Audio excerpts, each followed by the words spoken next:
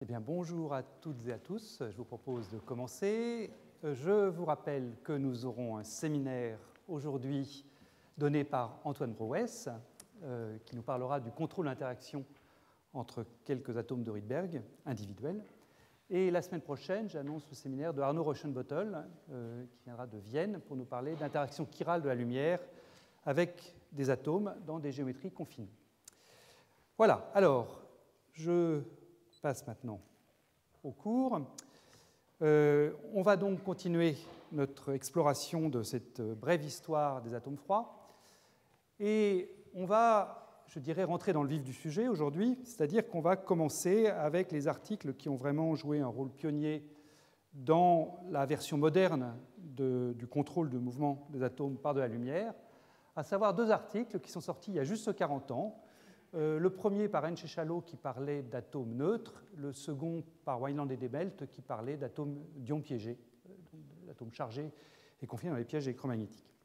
Alors on va surtout se concentrer sur la version de Henschel, mais les deux articles avaient vraiment la même idée à la base. Alors ces articles sont dans la filiation directe des articles d'Einstein, même si en fait ces articles-là ne citent pas Einstein comme précurseur, mais ils sont dans la filiation directe d'Einstein au sens où c'est vraiment le même mécanisme, à savoir le refroidissement Doppler, l'effet Doppler qui induit un refroidissement, qui est à la base de la manipulation qu'il propose. Néanmoins, il y a quand même une différence importante, c'est que ces articles proposent de tirer parti des lasers accordables qui venaient d'être développés à l'époque, et par conséquent, il n'y a pas dans le problème que se posent Henschel et Wineland et Debelt, il n'y a pas une température naturelle. On n'est pas dans la situation du corps noir qui imposait sa température à la matière. Là, les lasers sont supposés monochromatiques, donc ils n'ont pas de température à proprement parler. Et néanmoins, les atomes vont prendre une température, vont se mettre à une certaine température, mais cette température, eh bien, elle va dépendre des paramètres de la transition atomique. C'est-à-dire qu'en quelque sorte, c'est les atomes qui vont fabriquer eux-mêmes la température à laquelle ils vont s'équilibrer. Et cette température, bien, je l'écris tout de suite, on va la retrouver dans ce cours, c'est ce qu'on appelle la limite Doppler.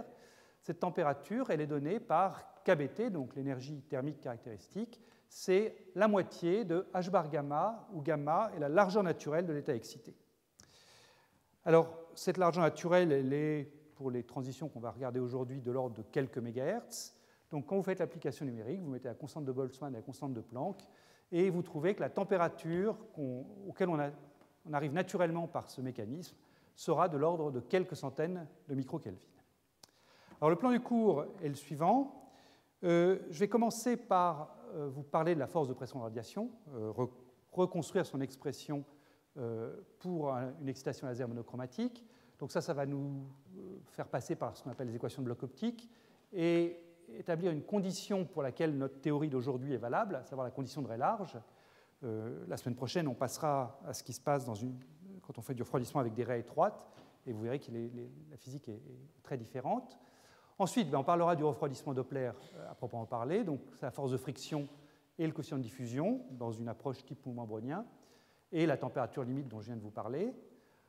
On regardera comment est-ce que ces concepts s'implémentent en pratique, dans ce qu'on appelle les mélasses optiques. Je vous parlerai de tests expérimentaux sur des atomes et également de corps macroscopiques. Et enfin, je vous dirai quelques mots sur le piège magnéto-optique, son principe de base, et puis des développements récents qui concernent le piégeage de molécules. Alors, le cours d'aujourd'hui, je dirais, va être probablement familier à une bonne partie d'entre vous, à savoir que ce refroidissement Doppler en Ray large, celui qu'on va voir aujourd'hui, il fait maintenant partie de beaucoup de cours de maîtrise, de M1, et donc vous avez probablement déjà, au moins pour certains d'entre vous, vu ça. Néanmoins, ça m'a semblé important de le mettre ici, d'abord pour le replacer dans cette perspective historique qui m'intéresse cette année, et puis aussi parce que les concepts qu'on va voir aujourd'hui vont vraiment nous servir de tremplin pour la suite, là où on va aller regarder des mécanismes plus subtils, moins bien connus, parfois encore moins bien compris, de l'interaction d'atomes avec du rayonnement et du refroidissement qui vient avec.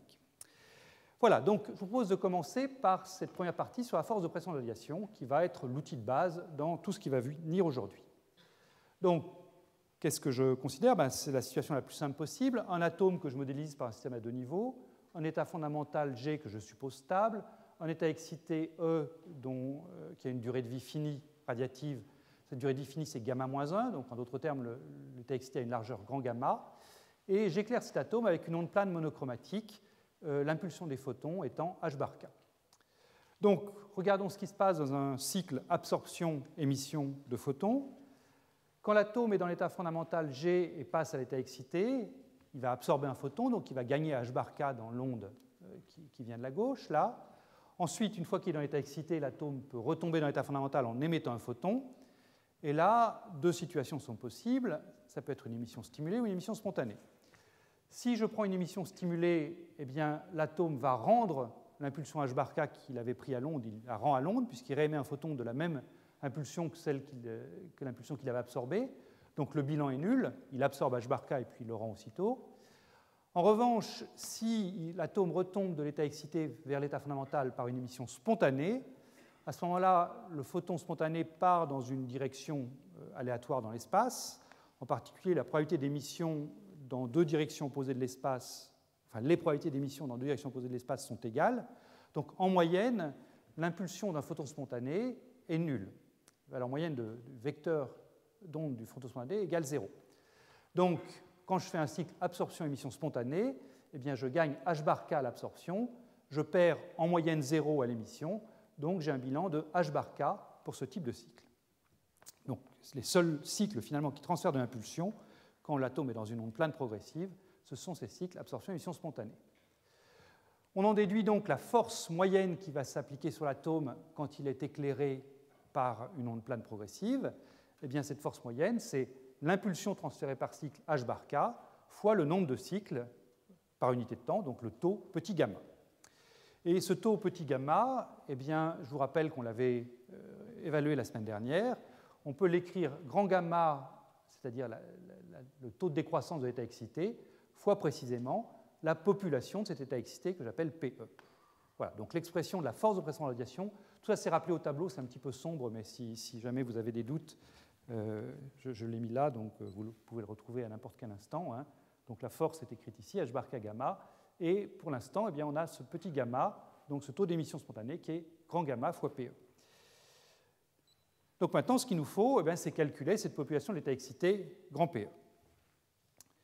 Et pour ça, eh bien, le formalisme que je vous propose d'utiliser, c'est ce qu'on appelle le formalisme des équations de bloc optique, qui est un formalisme qui est plus ou moins nécessaire ici parce qu'on a affaire en fait, à deux types de processus. L'interaction de l'atome avec le rayonnement, c'est un mélange de processus cohérents et de processus incohérents.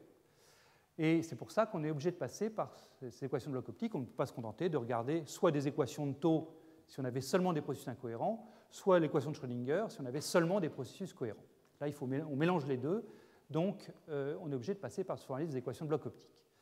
Donc les processus cohérents, je vous rappelle quels sont-ils, hein, c'est l'interaction de l'atome avec le laser monochromatique qui va créer des précessions de Rabi de l'atome entre l'état fondamental et l'état excité. Et puis les processus incohérents, ce sont les phénomènes d'émission spontanée qui précisément sont à l'origine de cette force de pression de radiation. Donc cette équation de bloc optique, en quoi ça consiste? Eh bien, ça consiste à écrire une équation d'évolution pour l'opérateur densité atomique ou la matrice densité atomique. Puisque j'ai des processus incohérents, je ne peux pas me contenter d'une approche en fonction d'onde, au moins si je me limite à des équations déterministes. Donc je suis obligé de passer par l'opérateur densité atomique. Et dans le cas qui m'intéresse ici, c'est-à-dire d'un système à deux niveaux, G et E, eh bien, cette matrice densité atomique, c'est en fait une matrice 2 par 2. Cette matrice 2 par 2 est une matrice qui est thermicienne. Sur la diagonale, j'ai les populations ρGG et ρE de l'état fondamental G et de l'état excité E, c'est ce que j'écris ici. ρGG, simplement la population de l'état fondamental, ρE, c'est la population de l'état excité. La somme des deux populations est égale à 1, donc c'est une matrice de trace 1. Et en dehors de la diagonale, les quotients ρEG et ρGE, qui sont complexes conjugués l'un de l'autre, me donnent la cohérence établie entre l'état G et l'état E. Dans le formalisme de la semaine dernière, où j'ai éclairé mon atome avec un rayonnement qui était complètement incohérent, il n'y avait pas de cohérence entre ρEG et ρGE, donc je m'étais intéressé la semaine dernière seulement à l'évolution des populations, c'est-à-dire des termes diagonaux de l'opérateur densité. Mais là, j'ai le laser monochromatique qui crée de la cohérence entre G et E, et donc je suis obligé de passer par ce formalisme de la matrice densité. Donc il s'agit d'écrire l'équation d'évolution de cet opérateur densité, et le point qui est favorable, le point qui simplifie beaucoup la chose, c'est que quand on a affaire à des lasers de puissance raisonnable, ce qui est le cas de tous les lasers continus qu'on utilise au laboratoire, eh bien, on peut en très bonne approximation additionner simplement l'évolution due au processus cohérent, c'est-à-dire due à l'interaction atome-laser monochromatique, et l'évolution due au processus incohérent, c'est-à-dire les phénomènes d'émission spontanée. Pour que cette approximation-là ne soit pas valable, il faudra aller chercher des lasers tellement intenses que la fréquence de Rabi, je vais l'introduire dans un instant, mais je le dis pour ceux qui connaissent déjà cette notion, il faudrait que la fréquence de Rabi soit de l'ordre de la fréquence optique, donc distance 15 Hz. Et ça, avec des lasers continus qu'on a au laboratoire, on n'est jamais dans cette situation-là.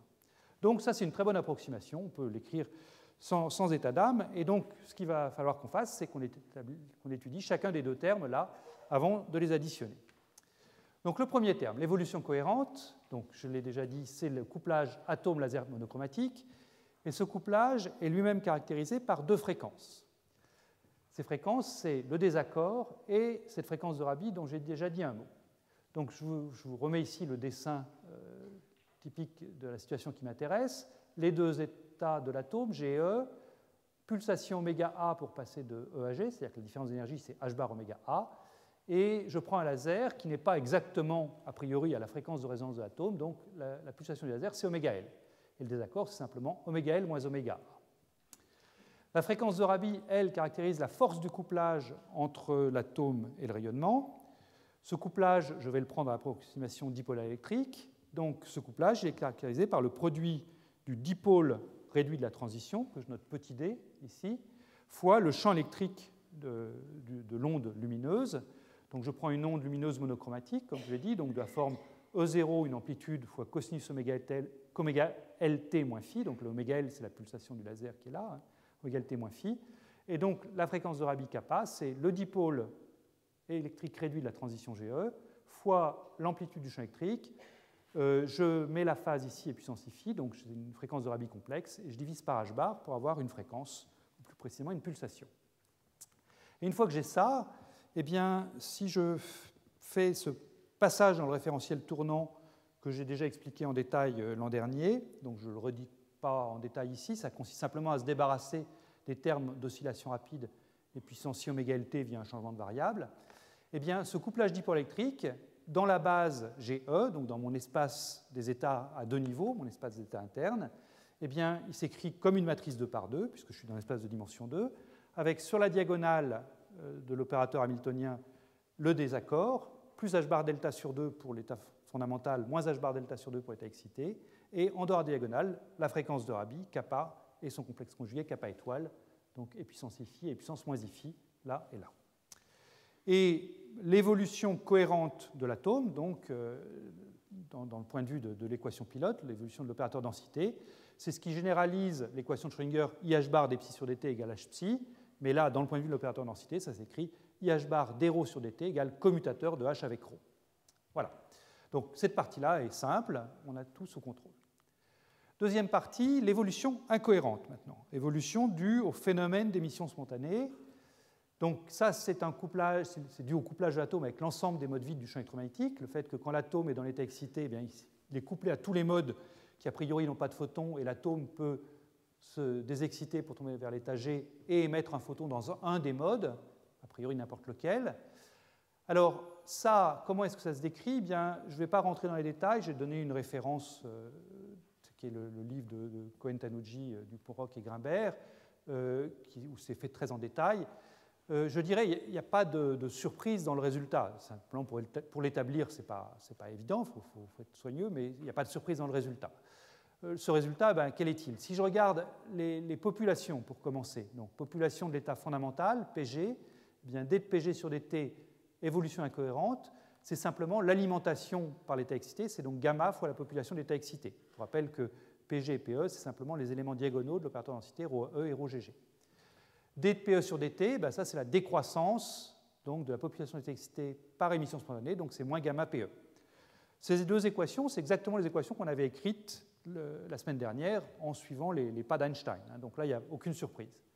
La chose nouvelle par rapport à la semaine dernière, eh bien, c'est l'évolution des termes non diagonaux de l'opérateur densité, dont je n'avais pas eu besoin la semaine dernière, mais dont j'ai besoin cette semaine. Et ça, eh bien, c'est là si vous n'êtes pas convaincu, vous allez voir le livre de Cohen-Tanucci, Duporok et Grimbert, par exemple. Eh bien, les éléments non diagonaux de l'opérateur de densité, d sur dt de ρEg sur dt, ça décroît exponentiellement, donc avec un taux fixe ici, et ce taux fixe, c'est simplement la moitié du taux de décroissance de l'état excité. Donc là où j'ai moins gamma PE, ici j'ai moins gamma sur 2 pour ρg, et la même chose pour ρge, moins gamma sur 2 ρge. Voilà. Donc le seul ingrédient nouveau d'aujourd'hui par rapport à la semaine dernière, c'est cette deuxième ligne ici, c'est l'évolution des éléments non diagonaux. Bien, une fois qu'on a ça, eh bien, on a tout ce qu'il nous faut, puisque je vous ai dit que l'évolution de l'opérateur de densité d sur dt, ce qui constitue les équations de bloc optique, c'est simplement la somme des termes cohérents et des termes incohérents. Donc, il n'y a plus qu'à tourner la manivelle. Maintenant, vous avez tout pour le faire. Je ne vais pas faire les calculs en détail, mais si vous prenez par exemple l'évolution de la population de l'état excité, donc ρe, eh bien, le terme cohérent ici, le commutateur de ρ avec l'hamiltonien, va me faire apparaître des ρEg et des ρGe avec la fréquence de Rabi kappa et son complexe conjugué kappa étoile. Et puis, des ρ sur dt incohérents pour PE, eh bien, on a vu à l'instant que c'était moins gamma PE. Voilà, donc vous avez une des 4 équations de bloc optique, c'est celle-ci, c'est l'équation pour la population excitée. Et puis, vous avez de la même façon une équation pour PG, pour ρEg et pour ρGe. Donc, vous avez un système de 4 équations à 4 inconnues qui se résout sans aucune difficulté. Je ne vais pas faire la résolution ici, mais vous avez toutes les informations dans les notes. Je vous donne simplement un élément de la solution, qui est celui qui va nous servir dans la suite. Si je regarde la population de l'état excité stationnaire, donc j'écris que PE point égale 0 ici, et donc je résous ce système 4 par 4, eh bien je trouve que cette population stationnaire peut se mettre sous la forme assez compacte suivante, 1,5 de S sur 1 plus S, où S est ce que j'appelle le paramètre de saturation. PG, la population de l'état fondamental, est bien simplement 1 moins PE, puisque je vous rappelle que la somme des deux populations doit toujours valoir 1. Ma matrice densité est de trace 1. Alors ce paramètre de saturation petit s qui apparaît ici, que vaut-il? Eh bien il est écrit là, c'est le rapport entre au numérateur le module au carré de la fréquence de Rabi, kappa carré avec un facteur 2, et au dénominateur quelque chose qui mélange la largeur naturelle de l'état excité, gamma carré, et puis le désaccord du laser, 4 fois delta carré. Donc faites attention aux coefficients quand même, hein. Il y a un 2 ici et un 4 là, ils ne sont pas là par hasard, il faut les mettre, mais disons que la fréquence de Rabi, c'est vraiment, le paramètre de saturation, c'est vraiment ça. Au numérateur, quelque chose qui est proportionnel à l'intensité du laser, et puis au dénominateur, quelque chose qui est proportionnel à la somme en carré de la largeur naturelle de l'excité et du désaccord. Alors, on utilise parfois, plutôt que d'utiliser la notion de fréquence de Rabi, on utilise parfois la notion d'intensité par rapport à l'intensité de saturation, en particulier dans les articles expérimentaux. Donc ici, j'ai mis la correspondance entre ce que vous voyez en termes de fréquence de Rabi et en termes d'intensité de saturation. Là où vous avez kappa carré, eh bien, on introduit plutôt l'intensité totale qui arrive sur l'atome, donc mesurée en watts par mètre carré, divisée par l'intensité de saturation, également mesurée en watts par mètre carré. Donc ici, vous avez un nombre sans dimension au numérateur, et à ce moment-là, le dénominateur devient 1 plus 4 fois delta 2 sur gamma 2. Voilà. Donc, j'utiliserai dans ce cours de manière un petit peu arbitraire, soit celle-ci, soit celle-là. Disons que le passage de l'une à l'autre se fait par une simple règle de 3 indiquée ici. Alors, il y a deux limites intéressantes au résultat que je viens de vous proposer pour la population de l'état excité. C'est la limite de faible saturation, donc petit s très petit devant 1, ou la limite de forte saturation, petit s grand devant 1. Si s est petit devant 1, à ce moment-là, eh bien, vous voyez que le dénominateur 1 plus s est à peu près égal à 1. Donc je me retrouve avec PE égale S sur 2, et S sur 2 par définition, donc il est petit devant 1, puisque S est petit devant 1, donc la population de l'état excité est petite devant 1, et à ce moment-là, l'atome est essentiellement dans l'état fondamental. Donc cette limite de faible saturation, petit s petit devant 1, elle est obtenue soit en prenant kappa très petit devant la largeur naturelle gamma, soit en prenant kappa arbitrairement grand, mais en prenant des accords encore plus grands. Voilà. Et donc c'est deux manières possibles pour obtenir petit s très petit devant 1. Au contraire, si je prends la limite de forte saturation, donc S grand devant 1, un numérateur ici grand devant le dénominateur, eh bien à ce moment-là, ce que vous trouvez ici, c'est que S sur 1 plus S tend vers 1, donc la population de l'état excité tend vers 1,5, la population de l'état fondamental tend également vers 1,5, c'est-à-dire que quand le paramètre de saturation est grand devant 1, eh bien l'atome passe la moitié de son temps dans l'état excité et la moitié de son temps dans l'état fondamental. Bien, donc voilà, vous voyez, ce n'est pas bien compliqué de traiter ces équations de bloc optique. Et maintenant, eh bien, je reviens à la force de pression de radiation qui m'intéresse dans ce premier paragraphe. Donc, je vous ai dit que cette force de pression de radiation s'écrit F égale h bar k, l'impulsion d'un photon, fois petit gamma, le taux d'émission de photons spontanés. Ce taux d'émission de photons spontanés, petit gamma, je l'ai écrit sous la forme grand gamma, la largeur naturelle de l'état excité, fois la population PE de l'état excité. Et on vient de calculer cette population d'état excité. On a dit que c'était S sur 1 plus S fois un facteur 1,5. Donc je réinjecte ce facteur 1,5 fois S sur 1 plus S, et j'ai l'expression de la force de pression de radiation, donc en version moderne.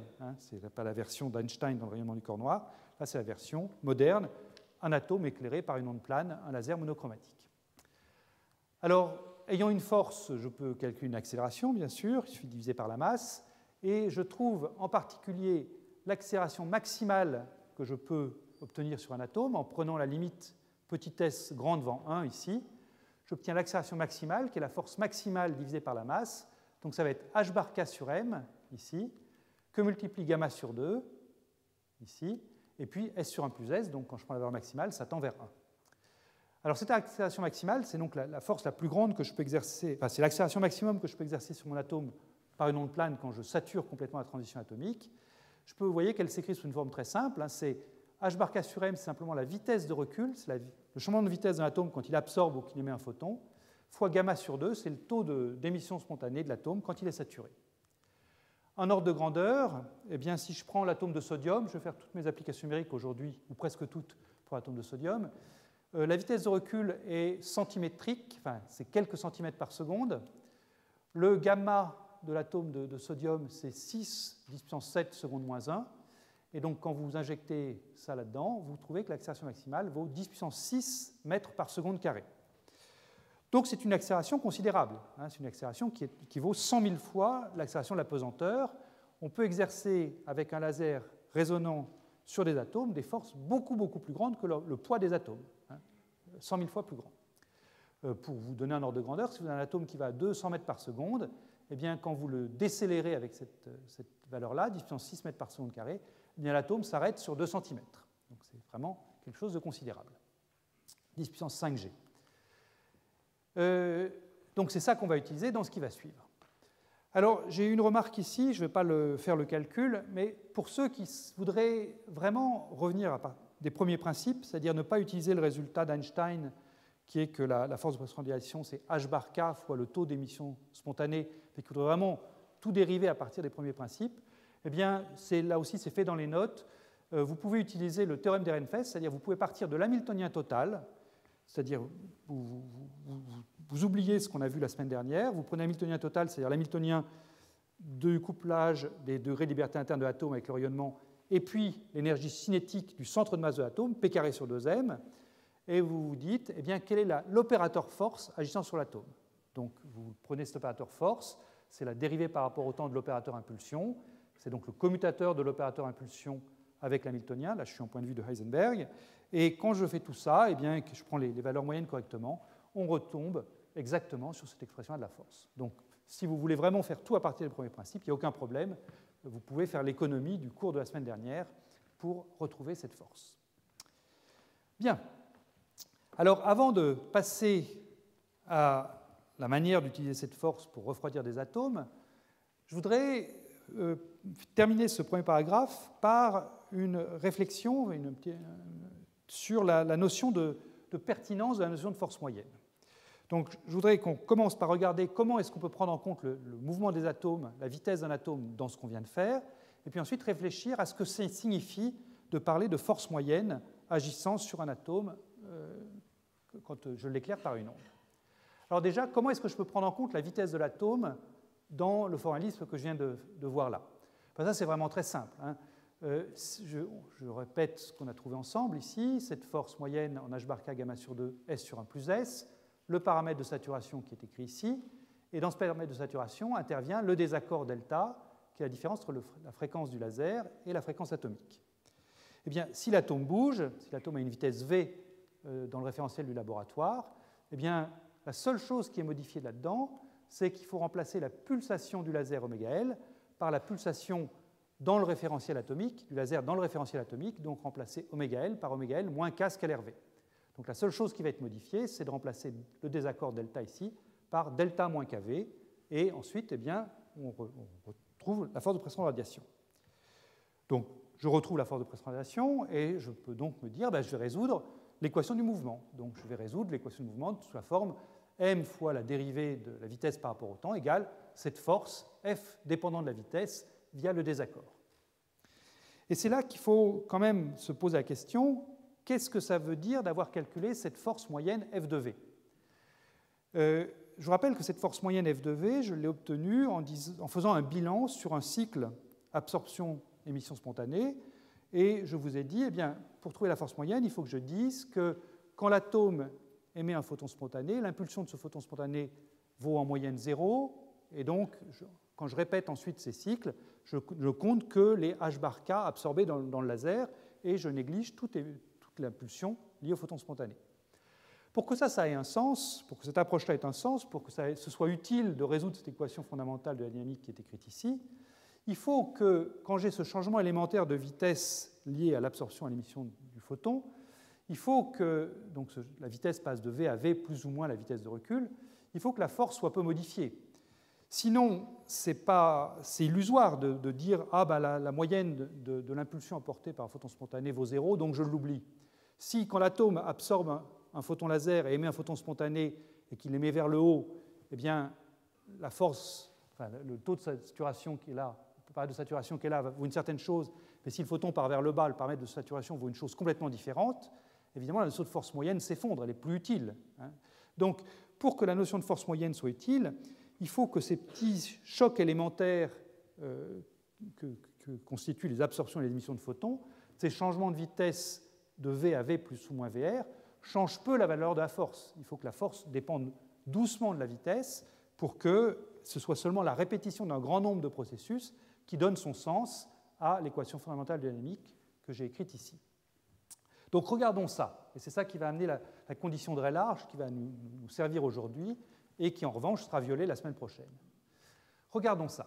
Si on veut être sûr que le champ de vitesse V donne V plus ou moins VR, modifie peu la valeur de la force, que j'ai encore une fois réécrite ici, avec cette fois-ci le paramètre de saturation qui dépend explicitement de la vitesse avec ce delta moins kV. Eh bien, pour que passer de V ici à V plus VR ne me change quasiment pas la valeur de S de V, ce qu'il faut, c'est que l'effet Doppler associé à la vitesse de recul, donc la vitesse de recul, je vous rappelle ce que c'est H bar K sur M. Donc il faut que l'effet Doppler associé à la vitesse de recul, donc KVR, ou si vous préférez H bar K2 sur M, il faut que ce soit très petit devant la largeur de la résonance, ici, qui est donnée par gamma. Donc, dans tout ce qui va suivre aujourd'hui, je vais poser que ça, c'est vérifié. Ce n'est pas gagné d'avance, ça dépend vraiment de la raie que je vais choisir, c'est-à-dire je vais choisir une raie qui a une certaine longueur d'onde de résonance, donc le K qui est ici, c'est le vecteur d'onde, c'est 2π sur cette longueur d'onde de résonance, l'atome a une certaine masse, la largeur naturelle aussi va à une certaine valeur, donc ce n'est pas gagné que cette chose-là soit effectivement vérifiée. Mais je vais supposer, je vais faire l'hypothèse que si c'est vérifié dans tout ce qui va suivre aujourd'hui. Alors, je vous ai parlé de l'atome de sodium tout à l'heure, donc on peut vérifier si c'est bien vérifié pour l'atome de sodium. Donc, la manière dont on va parler de Raylarge, c'est dire que cette chose-là est vérifiée, mais plus précisément, on va mettre un facteur 2 parce que, en fait, c'est commode de travailler avec ce qu'on appelle l'énergie de recul. Donc, l'énergie de recul, c'est l'énergie cinétique d'un atome qui absorbe ou qui émet un seul photon, donc c'est H bar 2K2 sur 2m, et donc je définis la pulsation de recul oméga R, qui est simplement définie comme ER égale H bar oméga R, donc j'ai H bar K2 sur 2m.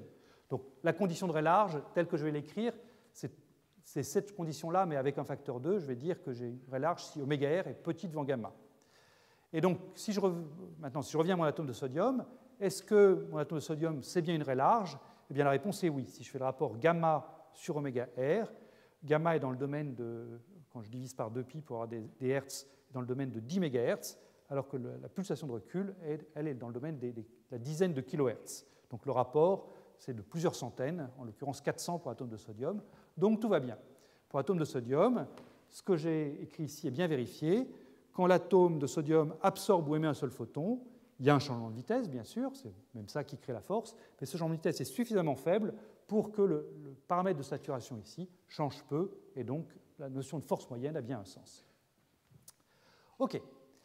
Bien, alors, maintenant on est sur des bases fermes, on a calculé notre pression de radiation, on sait quand est-ce que cette notion est valable, et donc je peux passer au refroidissement Doppler. Alors, comment est-ce qu'on s'y prend pour faire ce refroidissement Doppler? Eh bien là, je dirais, on va faire quelque chose qui va être calqué exactement sur ce que faisait Einstein la semaine dernière. Enfin, ce qu'on a fait en suivant Einstein la semaine dernière. Le pauvre Einstein, il faisait autre chose la semaine dernière. Mais bon, ce qu'on va faire, c'est qu'on va éclairer l'atome dans différentes directions de l'espace. Alors là, il suffit de 6 directions de l'espace, enfin plus x moins x, plus y moins y, plus z moins z. On met donc des ondes planes qui se propagent selon ces directions. Je vais supposer que je peux additionner indépendamment les 6 forces de pression de radiation créées par ces 6 ondes. Je vais revenir sur cette approximation tout à l'heure en détail. J'annonce tout de suite ce qui me permet de le faire. Je suppose que le paramètre de saturation de chacune des ondes est petit devant 1. Et si on suppose ça, eh bien, c'est légitime, moyennant quelques petites subtilités que je vous mentionnerai tout à l'heure, c'est légitime d'additionner les 6 forces de pression de radiation. Et puis, on va choisir, encore une fois, calqué sur ce qu'on a vu la semaine dernière pour le corps noir, on va choisir un désaccord delta négatif, c'est-à-dire que je vais prendre une fréquence laser plus petite que la fréquence atomique de résonance atomique oméga A.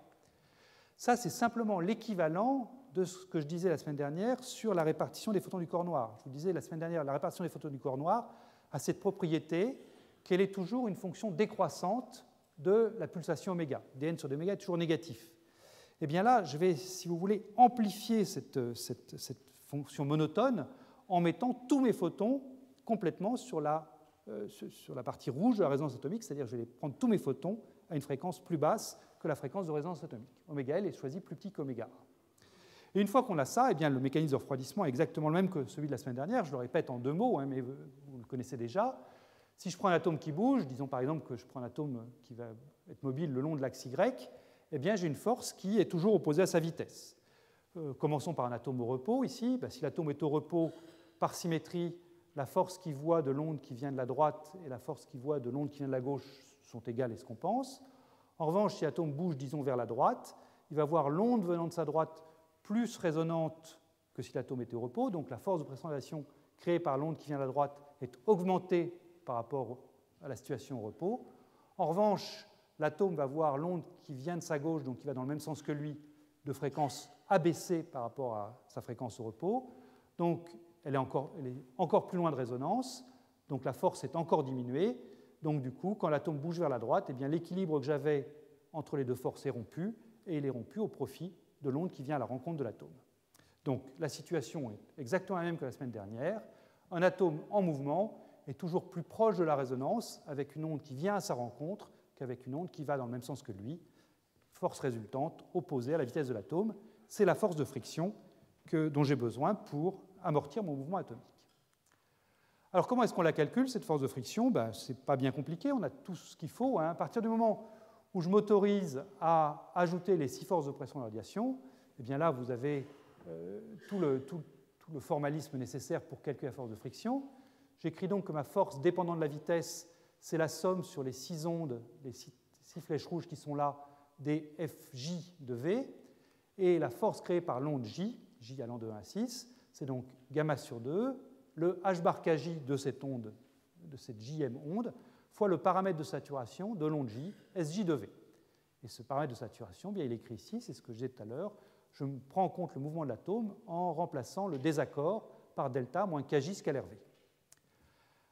Alors, dans la théorie du mouvement brownien, on a une force qui est linéaire en vitesse, donc je vais simplement calculer cette force qui est écrite ici à l'ordre 1 en vitesse. On vérifiera a posteriori que c'était bien légitime. Donc, je prends mon paramètre de saturation qui est écrit ici, et je fais un développement limité en puissance de V à l'ordre 1 en V. Donc, j'ai un terme pour V égale 0, donc je vais appeler S0, c'est simplement 2 kappa 2 sur 4 delta 2 plus gamma 2, plus un terme, donc là, je n'ai pas mis le préfacteur, mais vous savez tous faire des développements limités, et ce qui va sortir, donc, c'est Kj scalaire V, ici. Et si maintenant je réinjecte ce développement limité pour Sj, si je réinjecte dans la somme sur mes 6 ondes pour J allant de 1 à 6, eh bien j'ai un premier terme qui est la somme des 6 forces agissant sur l'atome au repos, plus la somme des 6 termes d'ordre 1 en vitesse, donc qui font intervenir le kj de cette onde, ici, que j'ai réécrit ici, et puis le kj scalaire V, qui apparaît comme infiniment petit de mon développement. Qu'est-ce que ça donne, ça? Eh bien, le premier terme est nul par symétrie, la force moyenne agissant sur un atome au repos est nulle par symétrie, ça c'est bien clair. Si l'atome est au repos ici, eh bien, les forces se compensent 2 à 2, donc je trouve 0. Et ce terme-ci, eh bien, quand vous le calculez, c'est un terme qui est linéaire en vitesse, et il peut s'écrire sous la forme le vecteur vitesse V fois un coefficient que j'écris sous la forme m alpha. Et ce coefficient m alpha, qui est donc le coefficient de friction pour mon problème, eh bien là encore, hein, c'est ce qu'on obtient quand on remplace tous ces petits points-là par leur expression. Donc je me contente de donner le résultat, mais il n'y a vraiment aucune difficulté dans ce calcul. Voilà le résultat, c'est h bar k2, S0, donc le paramètre de saturation à vitesse nulle qui est écrit ici, vous mettez V égale 0 là-dedans, et puis quelque chose qui fait intervenir le désaccord, donc 2 fois moins delta gamma sur delta 2 plus gamma 2 sur 4. J'ai mis ici moins delta, je vous rappelle que je dois choisir delta négatif, la fréquence laser est plus petite que la fréquence atomique, or delta c'est oméga L moins oméga A, donc la quantité moins delta ici est positive. Je veux un coefficient de friction qui est positif pour amortir la vitesse de mon atome, et ça c'est bien une chose qui est positive parce que delta est négatif, donc moins delta ici est positif. Voilà, donc on a le premier des 2 ingrédients pour une description en termes de mouvement brownien, on a le coefficient de friction, il nous faut aussi le coefficient de diffusion. Alors, le coefficient de diffusion, là, je dirais, on n'a pas à travailler. On peut se resservir texto du résultat qu'on a trouvé la semaine dernière via l'étude du papier d'Einstein. Ce qu'on avait écrit la semaine dernière, eh bien, c'était que le coefficient de diffusion en impulsion, c'était h bar 2 k2, c'est-à-dire le carré de l'impulsion d'un photon, fois quelque chose qui est proportionnel au taux de la marche au hasard. Donc, grand R sur 6 ou grand R, c'est le taux total des processus d'absorption et d'émission. Ici, j'ai 6 ondes qui éclairent mon atome, c'est les 6 flèches rouges qui sont là. Chaque onde a un taux d'absorption gamma S 0 sur 2, c'est ce qu'on a dérivé ensemble tout à l'heure, un taux d'émission spontanée gamma S 0 sur 2. Et donc, si vous prenez la somme pour les 6 ondes, en sommant pour chaque onde gamma S 0 sur 2 pour l'absorption et gamma S 0 pour l'émission, eh bien vous trouvez un quotient de diffusion d'impulsion qui est simplement h bar 2 k2, c'est le même que celui-ci, puis grand R sur 6 qui va s'écrire gamma S 0. Et le point important, c'est donc que dans ce coefficient de diffusion à l'impulsion, donc la physique qui se cache derrière, hein, c'est une physique dans laquelle il y a 2 contributions de fluctuation. Il y a l'absorption et il y a l'émission spontanée. Donc qu'est-ce que ça veut dire, ça? Eh bien, ça veut dire que si je prends un atome initialement au repos ici, dans l'état fondamental, la contribution de l'absorption, c'est la chose suivante. J'ai mon atome qui est au repos, il est éclairé par 6 ondes qui viennent de tous les côtés, de 3 directions de l'espace, et l'atome va à un moment absorber un photon. Et je ne sais pas dans quelle onde il va l'absorber. Il peut être un photon qui vient de la droite, un photon qui vient du dessous, etc. Donc il y a une première source de fluctuation qui est dans quelle onde est-ce que l'atome décide d'absorber un photon. Enfin, décide, entre guillemets. Dans quelle onde est-ce qu'il va absorber son photon. Donc ça, c'est première source de fluctuation, première gamma S0 sur 2 ici. Puis ensuite, l'atome a absorbé ce photon, il est passé en état excité, il réémet ce photon spontané dans une direction aléatoire de l'espace, deuxième choc aléatoire, et c'est l'origine de ce deuxième terme gamma S0 sur 2. Et les deux contribuent en part égale dans ce coefficient de diffusion à l'impulsion. Voilà. Donc, là maintenant, on est en terrain familier, hein, on peut appliquer ce qu'on sait sur la théorie du mouvement brownien. Je sais que évidemment, si toutes les hypothèses que j'ai faites pour arriver là sont valables, eh bien, je vais avoir une distribution d'équilibre pour mes vitesses atomiques qui sera une distribution de Maxwell-Boltzmann. Et cette distribution de Maxwell-Boltzmann sera caractérisée par une température kBT que j'obtiens simplement en prenant le rapport du coefficient de diffusion sur le coefficient de friction, avec la masse qui vient se mettre en plus. Alors, ce qui est remarquable, c'est que la plupart des termes s'éliminent, en particulier le paramètre de saturation S0, proportionnel à l'intensité de la lumière, s'élimine. Puisque vous voyez que le S0 qui est ici, le coefficient de diffusion est proportionnel à S0, proportionnel à l'intensité lumineuse, et si je reviens en arrière, le coefficient de friction est également proportionnel à S0, à l'intensité lumineuse. Donc quand je fais le rapport des deux, eh bien, l'intensité lumineuse disparaît, la température d'équilibre ne dépend pas de l'intensité lumineuse, et ça ne fait intervenir finalement que le désaccord. Donc j'ai ce rapport delta 2 plus gamma 2 sur 4 divisé par ce que j'avais noté tout à l'heure, moins delta. Maintenant, je mets valeur absolue de delta. De toute façon, delta est toujours négatif. Bien. Alors, qu'est-ce que ça nous donne, ça? Comment est-ce que je peux l'optimiser? Eh bien, la réponse est oui. Cette fraction-là, que j'ai recopiée ici, peut être optimisée. Si vous regardez comment est-ce que ça varie avec le désaccord, si je fais tendre le désaccord delta vers l'infini, si je prends un laser très très loin de résonance, eh bien, vous voyez que le numérateur va croître comme delta carré, le dénominateur va croître comme delta seulement, donc la température va augmenter. Si vous faites tendre le désaccord vers 0, vous rapprochez votre laser le plus possible de résonance, donc vous faites tendre oméga L vers oméga A. À ce moment-là, le numérateur tend vers une limite finie qui est gamma 2 sur 4, alors que le dénominateur, là encore, diverge. Donc là encore, la température va tendre vers l'infini. Donc entre les deux infinis, obtenus pour des accords nuls et puis des accords très grands, eh bien, il y a un minimum, et ce minimum, donc, il est obtenu, vous faites le calcul, pour delta égale moins gamma sur 2, une demi-largeur naturelle, et c'est ça qui vous donne la fameuse température Doppler que j'écrivais en introduction, kBT minimum égale h bar gamma sur 2.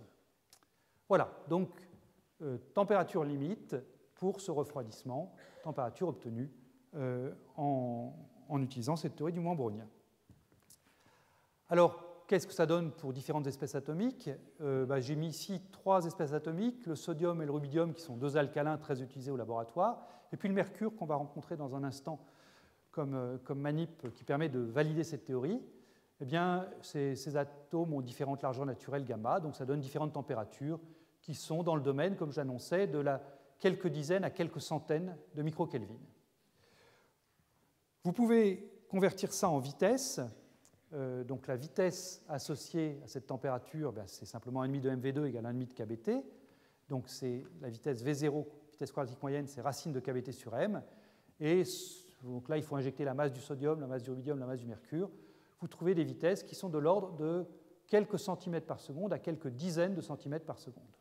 Voilà, donc des vitesses qui sont très basses à l'échelle atomique. C'est naturel, ce sont des températures qui sont également très basses. On est dans le domaine du microkelvin. Dernier point, avant de discuter la validité de tout ce qu'on a fait, quelles sont les constantes de temps pour ce refroidissement? Là, on a trouvé des températures extrêmement basses, mais il faut quand même s'assurer que les constantes de temps ne sont pas délirantes.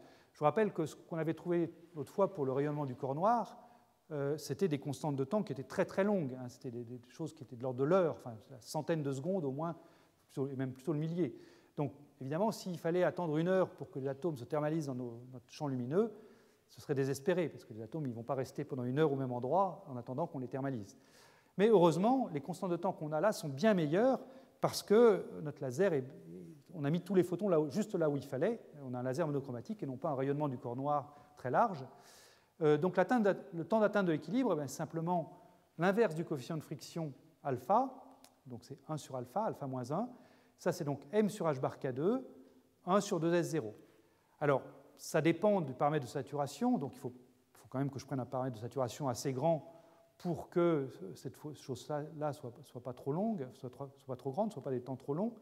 Mais si je prends S0 égale 1 dixième, par exemple, ce qui reste petit devant 1, donc ce qui continue à légitimer mon hypothèse d'additionner toutes les 6 ondes des 6 pressions de radiation, eh bien, on tombe sur des temps d'atteinte de l'équilibre qui sont de l'ordre de 20 microsecondes, ce qui est donc tout à fait raisonnable. C'est un temps qui est court à l'échelle atomique. Donc nos atomes vont se thermaliser rapidement avec le laser. Donc tout va bien de ce côté-là.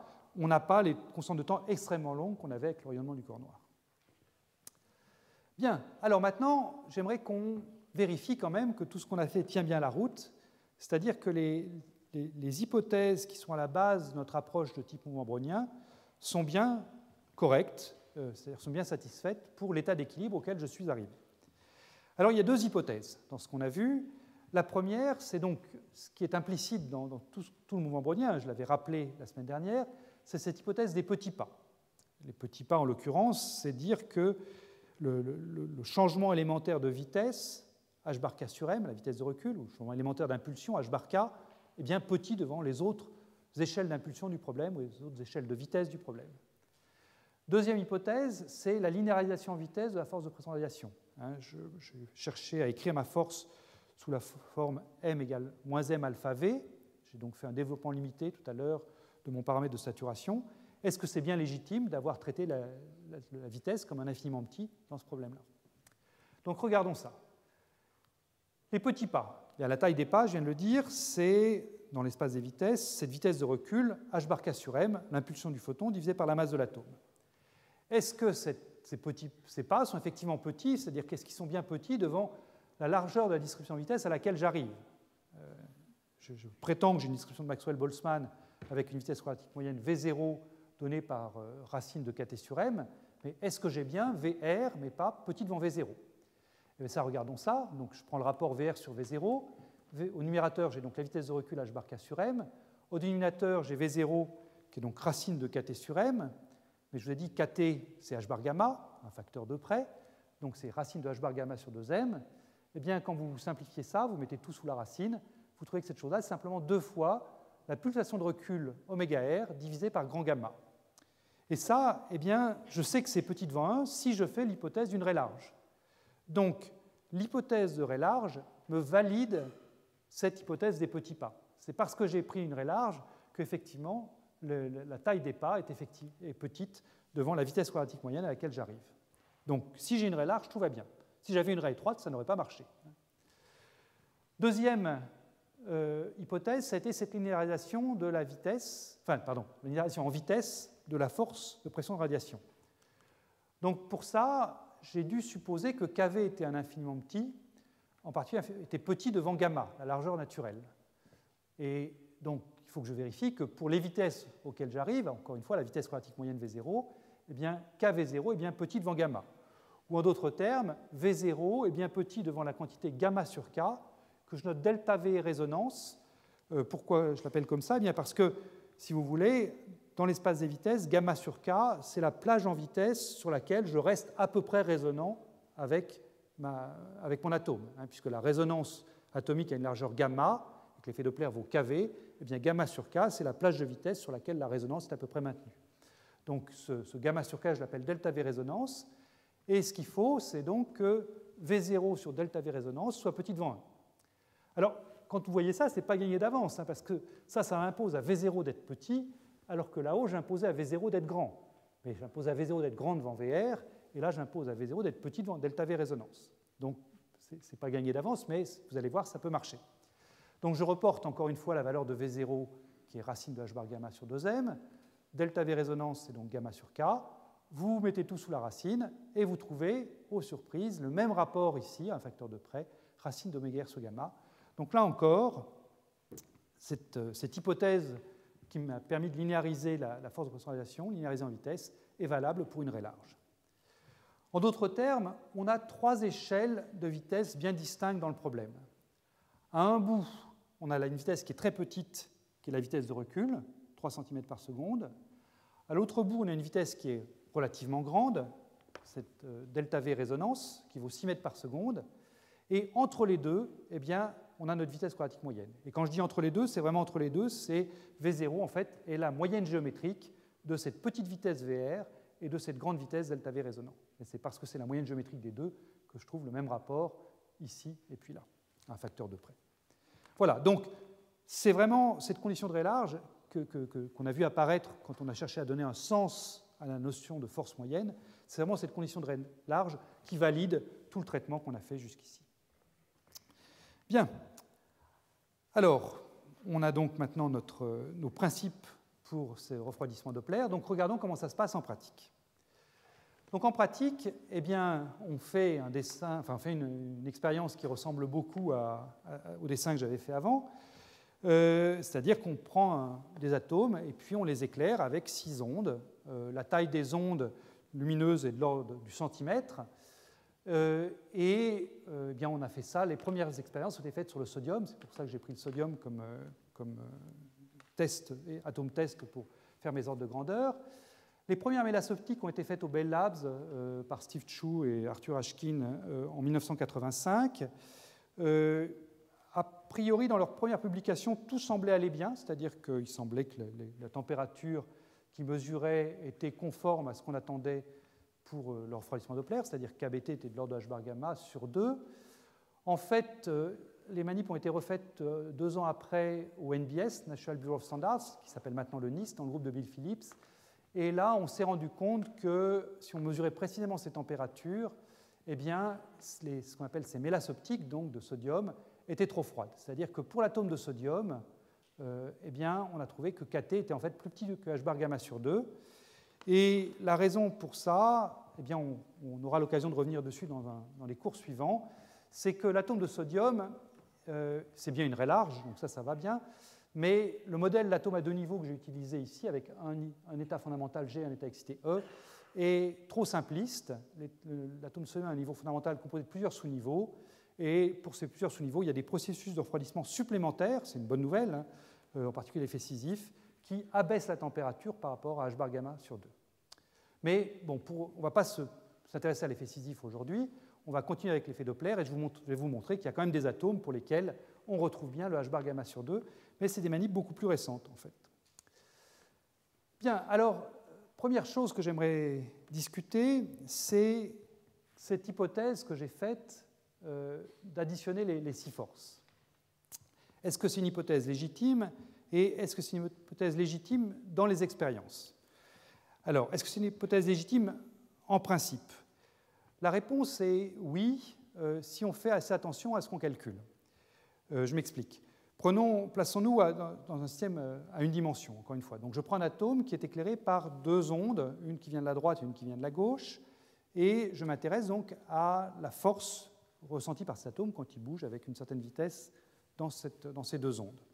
Donc, ce que je vous ai dit, c'est que si l'intensité de ces 2 ondes était suffisamment faible, si le paramètre de saturation était petit devant 1, j'additionnais purement et simplement les 2 forces de pression de radiation. Alors, on sait bien que ça ne peut qu'être une approximation, parce que si je prends 2 ondes comme ça, en fait, ce que je vais former, c'est une onde stationnaire avec des nœuds et des ventres. Il y aura des endroits où l'intensité est nulle au nœud, des endroits où l'intensité est grande au ventre, et donc l'atome va voir ce profil d'onde stationnaire, et donc il ne va pas avoir une force qui est simplement la somme des 2 forces indépendantes. Selon l'endroit où je vais le mettre, l'atome, selon que je le mets au nœud ou au ventre, il n'aura pas la même réponse au champ lumineux. Mais néanmoins, on peut montrer que si le paramètre de saturation est petit devant 1, si on calcule exactement la force avec les nœuds et les ventres de l'onde stationnaire, et si ensuite on prend une moyenne spatiale sur une longueur d'onde, alors la force calculée exactement, en prenant en compte le profil de l'onde stationnaire, eh bien, cette force elle est bien égale à la somme des 2 pressions de radiation calculées en les sommant indépendamment. Donc, je valide donc ce que je disais tout à l'heure en sommant les pressions de radiation. Si je suis dans avec un paramètre de saturation petit devant 1 pour chacune des ondes, et par ailleurs, si je considère que la force moyenne que j'ai calculée, c'est en fait une force moyennée sur un petit volume lambda fois lambda fois lambda, où lambda est la longueur d'onde, alors eh bien, ce calcul est légitime. Voilà, donc ça revient donc à négliger les effets croisés entre les ondes, comme les effets d'ondes stationnaires. Néanmoins, les expérimentateurs, eux, ils ne vont pas forcément avoir envie de rester dans la limite des petits paramètres de saturation qui permettent de sommer ça. Je vous ai dit tout à l'heure que le temps d'amortissement de la vitesse dans ce refroidissement Doppler variait comme 1 sur le paramètre de saturation. Donc si vous prenez des petits paramètres de saturation, vous avez des très longs temps de thermalisation, ce qui n'est pas forcément agréable. On a envie d'aller vite dans une expérience pour qu'il n'y ait pas d'autres phénomènes parasites qui se produisent entre-temps. Et donc du coup, eh bien, expérimentalement, on a tendance à pousser toujours un petit peu le paramètre de saturation. Et en pratique, eh bien, dans toutes ces expériences, on travaille avec des paramètres de saturation de l'ordre de 1, à moins évidemment de le faire exprès pour vérifier la théorie. Et donc une question qu'on se pose souvent, c'est comment est-ce qu'on peut prendre en compte la saturation? Et là, je dirais, il n'y a pas de solution très satisfaisante. On peut faire un calcul numérique, c'est-à-dire on peut se passer à 3 dimensions, prendre le profil complet avec toutes les ondes stationnaires dans les 3 directions de l'espace, prendre en compte les phases relatives des différentes ondes les unes avec les autres, et faire une résolution numérique des équations de bloc optique d'un atome au point R avec la vitesse v. C'est possible, hein. Simplement c'est très peu transparent, c'est difficile d'extraire beaucoup de physique de ça. Autre technique, c'est ce que j'ai qualifié de bricolage ici. Il ne faut pas voir un caractère trop péjoratif là-dedans. J'ai donné des références et je suis co-auteur d'une des références, donc vous voyez, je ne suis pas en train de dire trop de mal de ce bricolage, mais il ne faut pas vouloir lui faire dire trop. C'est-à-dire que j'appelle bricolage quelque chose où on met à la main une sorte de saturation effective de l'atome avec les 6 ondes, et puis on essaie de la mettre de manière qui fait sens. Quand on diminue 5 ondes et qu'on n'en garde qu'une 6e, il faut que les limites soient bonnes. Donc on bricole comme ça, c'est-à-dire qu'on essaie d'intuiter une forme qui respectent bien les cas limites auxquels on peut songer. Mais il n'y a pas de légitimité à partir des premiers principes à ces expressions bricolées, entre guillemets, qu'on utilise. Donc voilà, j'ai donné dans les notes une forme bricolée de la température qu'on peut atteindre quand on fait croître le paramètre de saturation. J'ai donné aussi des références. C'est des références qui sont utiles, hein, parce que vous allez le voir dans un instant, les manips collent bien avec ces expressions bricolées. Mais on ne peut pas les justifier à partir des premiers principes. Bien. Alors, avant de vous décrire l'expérience, il y a une dernière chose que j'aimerais expliquer, qui est la capture dans une mélasse optique. Vous avez ici donc ce dessin, enfin cette photo d'une mélasse optique. Donc, vous voyez ici les 6 ondes, les 6 bras selon X, Y, Z. Et puis au centre, vous voyez une tache très lumineuse qui sont les atomes capturés dans la mélasse qui émettent en permanence des photons de fluorescence. Et la question que j'aimerais aborder là, c'est comment est-ce que les atomes font pour arriver dans la mélasse? Quels sont finalement, avec quelle vitesse est-ce qu'un atome doit arriver dans ce volume de l'ordre du centimètre cube pour voir sa vitesse aller à 0 et rester dans la mélasse? Et puis combien de temps va-t-il y rester? Donc la question qui se pose en pratique pour un expérimentateur, c'est qu'il dispose d'une certaine longueur grand L fixée, qui est donc la taille de ses faisceaux laser, qui est de l'ordre du centimètre, et il veut arrêter des atomes qui viennent de directions arbitraires. Et donc, quels sont les paramètres qu'il doit choisir pour optimiser la capture, pour maximiser la vitesse qu'il va capturer, sachant qu'on ne la connaît pas, cette vitesse. Hein, c'est des atomes qui peuvent venir d'une vapeur ambiante autour de la mélasse. Donc, je vais faire encore une fois un modèle à une dimension qui peut se généraliser à 3D au prix d'un petit peu plus d'efforts. Et je prends donc l'équation du mouvement dans la mélasse, mdv sur dt égale f de v, que je réécris sous la forme, d sur dt, je l'écris sous la forme d sur dx, dx sur dt. Donc, je l'écris sous la forme mv dv sur dx égale f de v. Et je fais passer le f de v au dénominateur à gauche, le dx, je le fais passer à droite. Donc, j'obtiens une équation qui relie l'espace des vitesses, ici, à droite, l'espace des positions. Donc là, j'ai mis dans l'espace des vitesses la vitesse initiale, que j'espère être la plus grande possible. Je vais essayer de capturer les atomes de vitesse de plusieurs dizaines de mètres par seconde. La vitesse finale, j'aimerais que ce soit 0, puisque j'aimerais amener mes atomes à la vitesse nulle. Et ici, bien, j'intègre dx, donc le dx, l'intégrale maximum, c'est grand L, c'est la distance dont je dispose, c'est le centimètre qui représente le diamètre de mes faisceaux ici. Donc question, quelle est la vitesse initiale maximum que je peux me permettre pour atteindre la vitesse nulle ici, en une longueur grand L fixée?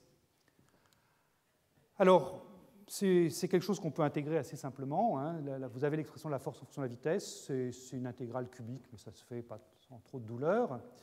Et le résultat, donc là encore, les calculs détaillés sont faits dans les notes, donc je donne tout de suite le résultat intéressant. Dans le régime qui est pertinent pour les manips, eh bien, le résultat peut se mettre sous cette forme-là. Donc, j'ai deux nombres sans dimension, à gauche et à droite. À gauche, j'ai donc kvi sur gamma. Kvi, c'est la dimension d'une fréquence, c'est un effet Doppler, et gamma, c'est aussi une dimension de fréquence. Donc, ma vitesse initiale que je peux capturer, mise sous la forme kvi sur gamma, excusez-moi, c'est un paramètre sans dimension à la puissance 1 quart. Ce paramètre sans dimension fait intervenir le rapport I sur Isat, donc l'intensité lumineuse sur l'intensité de saturation, fois le rapport grand L sur petit l. Grand L, c'est la distance dont je dispose, le centimètre. Petit l, c'est l'échelle de longueur pertinente pour ce problème, qui est donc une échelle de longueur qui est propre à mon atome, grand M fois gamma, divisé par h bar k cube. Et ça vaut 20 microns pour le sodium. J'ai une grande table dans les notes qui donne les différentes valeurs de longueur, enfin de cette longueur pour différentes espèces atomiques. Bien, alors, qu'est-ce que ça donne, ça? Comment est-ce que ça se passe en pratique? Eh bien, la bonne manière pour comprendre ce qui se passe en pratique, c'est de faire ce qu'on appelle un portrait de phase. Alors, les portraits de phase, il y a deux catégories de gens. Il y a ceux qui connaissent ça depuis qu'ils sont tout petits et qui donc lisent ça immédiatement. Et puis il y a d'autres qui ne sont pas familiers et qui trouvent ça compliqué. Donc je vais essayer de vous expliquer comment lire ces portraits de phase. Hein. C'est quelque chose, quand on a l'habitude, encore une fois, qui est très commode. Donc c'est des trajectoires dans l'espace des phases. Donc ce que vous avez en abscisse, c'est la position, en ordonnée, c'est la vitesse. La position, donc ici, c'est la distance grand L qui correspond au diamètre de mes faisceaux lumineux. Donc j'ai pris un grand L qui est de l'ordre du centimètre. En l'occurrence, ça vaut 400 fois petit l pour le sodium, et je vous ai dit que petit l, c'est de l'ordre de la vingtaine de microns. Donc ça fait un L de l'ordre du centimètre. Donc mes atomes sont ce qui m'intéresse, c'est ce qui se passe donc dans cette partie-là de l'espace. Ici, comme j'ai dit, vous avez la vitesse. La vitesse nulle, c'est cette droite-là. Donc ici, c'est des vitesses positives. Ici, c'est des vitesses négatives. Donc quand vous prenez une trajectoire d'espace des phases qui est au-dessus, ici, vous êtes dans le domaine des vitesses positives. Donc ça veut dire que x augmente avec le temps. Donc dans cette partie-là, les trajectoires vont de la gauche vers la droite, puisque la vitesse est positive. Quand vous êtes dans cette partie-ci, les vitesses sont négatives, donc les trajectoires x diminue avec le temps, donc les trajectoires vont de la droite vers la gauche. Bien. Maintenant, il s'agit de représenter dans ce diagramme ce que fait le laser. Choisir, se donner des paramètres d'un laser quand on fait une mélasse optique, c'est se donner le désaccord du laser. Donc se donner une classe de vitesse qui est résonante avec le laser. Donc j'envoie deux ondes, donc j'ai deux classes de vitesse résonantes, et ces classes de vitesse ici, eh bien, c'est ce qui est représenté par ces zones grisées ici. Donc là, j'ai pris un laser qui est centré à peu près, qui a un désaccord delta qui vaut moins 3 gamma, ici. Donc ce laser-là sera résonant avec une classe de vitesse atomique telle que kV sur gamma soit égal à 3, ou kV sur gamma égale moins 3, puisqu'il faut que delta plus kV soit nul, donc delta moins kV soit nul, donc je prends l'onde qui vient de la gauche ou l'onde qui vient de la droite. Donc les zones de vitesse résonantes avec le laser sont ces zones grisées-là. Et comment se passe la capture maintenant? Eh bien, elle se passe de la manière suivante. Vous prenez un atome qui a une certaine vitesse initiale, donc prenons un atome qui, dans ses unités gamma sur k, a une vitesse de l'ordre de 2 ici. Eh bien, il arrive ici, il voit l'onde qui vient à sa rencontre, qui est celle-ci, l'onde qui va dans le même sens que lui, qui est celle-là. L'atome ici est plus résonant avec l'onde qui vient à sa rencontre, donc sa vitesse est amortie gentiment, elle tend vers 0, et l'atome s'arrête, et il s'arrête bien dans la zone d'intérêt physique qui est comprise entre là et là. Donc tout va bien. Prenons un atome qui va un petit peu plus vite, avec une vitesse de gamma sur k de l'ordre de 5, enfin kV sur gamma de l'ordre de 5. Donc au début, l'atome n'est pas trop résonant avec le laser, mais néanmoins, il ressent quand même une force créée par l'onde qui vient à sa rencontre. Donc il commence à être un peu ralenti, sa vitesse diminue. Là, il devient résonant avec l'atome, donc force très grande, tout va bien, il ralentit très vite. Et puis là, il sort de résonance, mais il continue à être ralenti et, coup de chance, il s'arrête avant de sortir de la zone critique qui serait ici. Donc cette vitesse-là est bien capturée aussi. Mais si je prends une vitesse plus grande, comme ici, un kV sur gamma égale 7, ben là, cet atome ressent à peine la force créée par cette onde-ci, encore moins la force qui serait mauvaise créée par cette onde-là. Donc l'atome reste à vitesse constante et il sort de la zone intéressante sans avoir été ralenti. Il est perdu pour la science. Et si je prends un atome avec une vitesse encore plus grande, kV égale 10, eh ben, il est encore plus perdu. Voilà. Donc on voit comme ça sur ce portrait de phase, les vitesses qu'on capture, c'est les vitesses qui sont comprises entre, disons, 0 et 5 fois gamma sur k à peu près. Et puis si l'atome arrive avec une vitesse négative, donc il rentre de ce côté-ci, et j'ai évidemment des courbes symétriques. Les atomes s'arrêtent également dans la zone d'intérêt. Voilà, donc voilà à quoi ressemblent ces portraits de phase. C'est une notion vraiment utile, et quand on va voir le piège magnéto-optique tout à l'heure, eh vous verrez que ça prend aussi tout son sens. Bien. Alors, dernier point que je veux signaler avant de passer aux manips, c'est, une fois que j'ai dit que les atomes étaient capturés, combien de temps ils vont y rester dans cette mélasse optique? Eh bien, j'ai donc un coefficient de diffusion spatiale qui va me caractériser ça. On a vu dans la théorie du mouvement brownien la semaine dernière. Ce coefficient de diffusion spatiale, c'est V0 carré sur alpha, vitesse quadratique moyenne divisée par le coefficient de friction. Alpha, on l'a calculé ensemble. Si je prends delta égale moins gamma sur 2, voilà sa valeur. V0 carré, on l'a calculé ensemble. C'est la limite Doppler, 1,5 de MV2 égale 1,5 de KT égale h bar gamma sur 4. Donc, vous en déduisez le coefficient de diffusion spatiale qui varie comme 1 sur S0 avec donc, gamma sur 4K2 qui donne la dimension de la chose. Et quand vous faites l'application numérique, vous trouvez un coefficient de diffusion spatiale qui vaut 1,4 mm² par seconde. Et ça, ben, c'est relativement petit comme coefficient de diffusion spatiale. Ça vous dit que si vous prenez une taille de l'ordre du centimètre, vous prenez un atome qui est initialement au repos au centre de cette mélasse, qui est une taille centimétrique, eh bien, il va vous falloir plus d'une dizaine de secondes, même nettement plus, plusieurs dizaines de secondes pour que l'atome arrive sur les bords et s'échappe. Donc même s'il n'y a pas de piège à proprement parler, eh bien, on a un temps de résidence des atomes dans la mélasse très grand, parce que le coefficient de diffusion spatiale de l'ordre du millimètre carré par seconde eh bien, est très long. Et c'est pour ça qu'on voit une tache très brillante au centre ici de cette figure. Voilà. Donc maintenant, je passe aux manips. Alors, des manips, je vais vous en décrire des manips sur des atomes et puis des manips également faites sur des corps plus macroscopiques. Alors, sur des atomes, eh bien, il y a eu des manips faites au tout début de la manipulation d'atomes par laser dans des géométries à une dimension, mais en ce qui concerne les manips à 3D, il a fallu attendre les dernières années pour les faire, précisément parce qu'il y avait, pour la plupart des atomes, il y a cet effet Sisyphe qui venait seconder l'effet Doppler, le refroidissement par effet Doppler, et qui donc rendait la théorie de l'effet Doppler inefficace pour évaluer la température. Donc il y a eu depuis récemment, depuis quelques années, des manips qui ont été faites sur des atomes qui ont un état fondamental non dégénéré, donc une transition JG égale 0 vers un niveau XTJ E égale 1, et qui satisfont bien la condition de Ray large. Alors là, je vais vous présenter des expériences qui ont été faites à l'Observatoire de Paris, dans le groupe de Sébastien Bise, sur l'atome de mercure. L'atome de mercure a plusieurs isotopes, et si on prend les isotopes 200 et 202, eh bien, l'état fondamental a effectivement un moment cinétique nul, parce que le spin électronique est nul, les deux électrons externes de l'atome de mercure sont dans l'état singulier, et ces isotopes-là n'ont pas de spin nucléaire, donc pas de dégénérescence liée au noyau de cet état fondamental. Donc il n'y a pas d'effet Sisyphe possible, on est bien dans une situation de Ray large, le gamma vaut une centaine de fréquences de recul, et donc on peut tester la théorie Doppler. Donc on fait une mélasse optique, et on mesure la température des atomes, simplement en mesurant la distribution en vitesse des atomes par une technique de temps de vol. On coupe brusquement les faisceaux lumineux qui créent la mélasse, et on mesure la taille du nuage après un temps de vol qui fait quelques dizaines de millisecondes.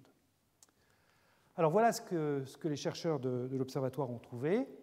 Vous avez ici, en fonction du désaccord, qui varie de 0 à 5 gamma, ici ils mettent la valeur absolue du désaccord, le désaccord est négatif, ils mettent la température trouvée donc en microkelvin. Et les isotopes qui m'intéressent ici sont les points verts qui sont là et les points roses qui sont là. C'est les isotopes donc 200 et 202. Et sont superposés à ces résultats expérimentaux, température fonction des accords, une courbe noire qui est la théorie Doppler prenant en compte la saturation de la manière bricolée que j'ai mentionnée tout à l'heure. On a une intensité totale qui vaut 4 fois l'intensité de saturation, donc on n'est pas du tout dans la limite où le paramètre de saturation est petit devant 1, mais néanmoins, via ce bricolage dont je vous ai parlé, on peut adapter la théorie Doppler, et le résultat qu'il trouve avec cette théorie Doppler est en bon accord, on peut dire, avec ces résultats expérimentaux sur les isotopes 200 et 202. Alors incidemment, je montre aussi ici les résultats obtenus avec d'autres isotopes, 189 et 201, des isotopes pour lesquels il y a un spin nucléaire non nul, et parce qu'il y a un spin nucléaire non nul, il peut y avoir de l'effet Sisyphe, et effectivement, il y a de l'effet Sisyphe qui se produit, et donc là, à ce moment-là, on trouve pour ces isotopes non nuls une limite de température qui est plus basse que la limite Doppler. Donc ça peut servir, si vous voulez, d'introduction au cours sur l'effet Sisyphe qu'on aura plus tard. Dès qu'on met un état fondamental dégénéré, on voit apparaître d'autres mécanismes de refroidissement. Mais pour aujourd'hui, ce qui m'intéresse, c'est que les points verts et les points roses sont en bon accord avec cette théorie Doppler. Bien. Autre expérience faite à Palaiseau, dans le groupe de David Clément, Chris Westbrook et Alain Aspect. Donc, c'est des expériences toutes récentes, celles-ci elles sont sorties il y a moins d'un an. C'est une expérience faite sur l'atome d'hélium, sur une transition métastable, triplé S1, triplé P2. Alors là, en l'occurrence, l'état fondamental triplé S1 est dégénéré, donc il pourrait y avoir un effet Sisyphe, mais les chercheurs de Palaiseau se sont mis dans une situation où cet effet est non significatif parce que sa plage d'action à l'effet Sisyphe est extrêmement faible, beaucoup plus petite que la vitesse de recul, donc la théorie Doppler continue à marcher. Et là encore, eh bien, ils ont tracé la température en fonction du désaccord. Cette fois-ci, le désaccord est négatif, ils n'ont pas pris la valeur absolue, donc c'est une courbe qui est symétrique de la courbe de celle des chercheurs de l'observatoire. Et si vous regardez la courbe obtenue à faible saturation, donc ce sont les points rouges, I sur I saturation vaut 0,1 seulement, donc c'est un petit paramètre de saturation. Là, ce n'est pas la peine de bricoler, entre guillemets, la théorie Doppler pour rendre compte des résultats. Eh bien, vous obtenez des points rouges et une courbe rouge qui sont en très bon accord. Donc la théorie, qui est la courbe, et les points qui sont les résultats expérimentaux, sont en très bon accord les uns avec les autres. Et la température minimale qu'ils obtiennent est très proche, enfin 30% près, du H bar gamma sur 2 prédit par la théorie Doppler. et les 30% peuvent très bien être dus à l'effet résiduel de la saturation quand on est à I sur ISAT égale 0,1. Et puis quand ils augmentent leur intensité, si vous prenez par exemple les points jaunes ici, là vous avez I sur ISAT égale 3, donc on est de nouveau dans ce modèle où il faut prendre en compte sa saturation, et le modèle bricolé, la ligne ici, rend assez bien compte des résultats. Voilà, donc on a un bon accord théorie-expérience là-dessus. Alors je vois que le temps passe, je voulais vous parler à la fois de systèmes macroscopiques et du piège magnéto-optique. Je vais peut-être sauter les systèmes macroscopiques parce que sinon je ne vais pas avoir le temps. C'est dommage, mais c'est fait dans les notes. Sinon je ne vais pas avoir le temps de parler du piège magnéto-optique et vous allez être, ou alors je vais déborder, vous allez être épuisé pour le séminaire d'Antoine, ce que je ne voudrais pas. Donc je passe tout de suite au piège magnéto-optique. Excusez-moi pour sauter ça, mais c'est fait dans les notes, donc vous pouvez aller lire ce refroidissement Doppler sur les systèmes macroscopiques, c'est très intéressant. Je voulais décrire des manips en fait, qui ont été faites il y a une dizaine d'années à plusieurs endroits, certaines ici à Paris, dans le groupe d'Antoine Edman, qui étaient des refroidissements de mode de miroir. Mais je pense que c'est important de parler du piège magnéto-optique pour la suite, donc je voudrais terminer ce cours sur ce dernier paragraphe, piège magnéto-optique. Bien, alors le piège magnéto-optique, quel est son principe? Eh bien, une fois qu'on a compris comment marchait le refroidissement Doppler, comprendre comment marche le piège magnéto-optique, c'est très simple. En fait, le principe du piège magnéto-optique, c'est de se dire qu'on va transposer ce qu'on a fait dans l'espace des vitesses, on va le transposer à l'espace des positions. Et l'outil qui va nous permettre de faire cette transposition, c'est l'effet Zeeman. Là où avant, on avait l'effet Doppler, qui nous donnait une sensibilité de la réponse atomique à leur vitesse, eh bien, l'effet Zeeman va nous permettre d'avoir une sensibilité de la réponse de l'atome à sa position. Donc, là où avant on avait KV, qui était l'effet Doppler, eh bien maintenant on aura le déplacement des niveaux atomiques liés à un champ magnétique, c'est ça l'effet Zeeman. Donc on aura le moment magnétique de ce niveau mu fois le champ magnétique B de R. Alors pour décrire ça un petit peu plus en détail, eh bien, ce qu'on va prendre, c'est encore une fois une configuration à une dimension. On va prendre une transition atomique simple, mais qui néanmoins présente de l'effet Zeeman. Donc, c'est une transition qu'on connaît bien, puisqu'on l'a vu plusieurs fois. État fondamental de moment cinétique nul, état excité de moment cinétique 1. Et le champ magnétique B de R que je vais mettre ici, qui va me permettre de faire cette dualité entre l'effet Doppler et l'effet Zeeman, eh bien, je vais donc le prendre dépendant de la position, et je vais le prendre linéaire en position. Donc, je mets mes atomes dans un gradient de champ magnétique que j'écris sous la forme B' fois petit x, la position de long de l'axe X. Donc ici, vous avez un dessin où j'ai dessiné mes niveaux atomiques en fonction de la position. Donc l'état fondamental est de moment cinétique nul, donc pas de moment magnétique, cet état est plat en fonction de la position. Et l'état excité, moment cinétique 1, lui peut avoir un moment magnétique mu non nul. Et donc si je quantifie mes niveaux en prenant comme axe l'axe X, l'axe du champ magnétique, eh bien, j'ai ici mes trois sous-niveaux Zeeman, mz égale plus 1, mz égale 0, mz égale moins 1. Dans la zone où le champ magnétique est positif, mz égale plus 1 est au-dessus, mz égale 0 est au milieu, mz égale moins 1 est en dessous. Et si je me mets dans la zone où B est négatif, eh bien, mz égale 0 est toujours au milieu, mais cette fois-ci, c'est le mz égale moins 1 qui est passé au-dessus, et le mz égale plus 1 qui est passé en dessous. Bien. Ayant ça, j'éclaire mon atome comme je l'ai fait pour le refroidissement Doppler. Le refroidissement Doppler va toujours être là d'ailleurs. J'éclaire mon atome comme je l'ai fait pour le refroidissement Doppler par une paire d'ondes contre-propageantes, une venant de plus x, une venant de moins x, et toujours comme le refroidissement Doppler, je prends un désaccord delta négatif. Donc le refroidissement Doppler va toujours être là, je vais toujours avoir ma force de friction. Mais pour avoir la force de piégeage, je prends en plus quelque chose que je n'avais pas utilisé jusqu'à maintenant, je vais jouer sur les polarisations de ces faisceaux. C'est-à-dire que je vais prendre l'onde qui vient de la droite, je vais la prendre polarisée sigma moins, donc elle va piloter la transition entre le niveau fondamental et le niveau mz égale moins 1 de l'état excité. Et l'onde qui vient de la gauche, je vais la prendre polarisée sigma plus, donc elle va piloter la transition depuis le niveau fondamental vers le niveau mz égale plus 1, ici. Ça, c'est les règles de sélection de l'interaction matière-rayonnement qui me le disent. Et une fois qu'on a compris ça, eh bien, la force de piégeage liée au piège magnétique, magnéto-optique, vient tout de suite. Commençons par un atome que je mettrai au repos et au centre du piège, c'est-à-dire en x égale 0, là où le champ magnétique est nul. À ce moment-là, si le champ magnétique est nul, les trois niveaux mz égale plus 1, 0 et moins 1 sont confondus là-haut. Donc les deux forces de pression de radiation créées par l'onde qui vient de la droite et par l'onde qui vient de la gauche sont égales, elles s'équilibrent, et la force résultante vaut donc 0. Prenons maintenant un atome sur la droite du piège, dans la zone X positif. Donc l'atome, quand il est sur la droite du piège, va donc pouvoir interagir avec l'onde qui vient de la droite et l'onde qui vient de la gauche. L'onde qui vient de la droite, polarisée sigma-, pilote la transition depuis l'état fondamental vers l'état excité mz égale moins 1. Cet état mz égale moins 1 est rapproché de résonance par le champ magnétique B'X. Vous voyez, il descend ici. Donc cette onde-ci est plus forte pour l'atome, la force créée par cette onde-ci est plus forte pour l'atome en X positif qu'en X égale 0. En revanche, quand je prends l'onde qui vient de la gauche, polarisée sigma+, elle essaie de piloter, c'est la transition qui part du niveau fondamental jusqu'au niveau mz égale plus 1, mais ce niveau il est éloigné de résonance. Donc la force créée par cette onde-là est diminuée par rapport à ce qu'elle était au centre. Donc du coup, l'équilibre que j'avais au centre, il est rompu, et il est rompu au profit de l'onde qui vient de la droite. Mais évidemment, le raisonnement serait inversé si j'avais pris mon atome à gauche. À ce moment-là, ce serait cette onde-là qui serait plus proche de résonance et qui rappellerait l'atome vers le centre. Morale de l'histoire, si là encore je m'autorise à linéariser toutes mes forces, eh bien je trouve une force qui va être du type moins kx, exactement comme une force créée par un ressort, auquel s'ajoute toujours notre force en moins alpha v, le refroidissement Doppler, qui est toujours présent dans l'affaire, lui on ne l'a pas perdu.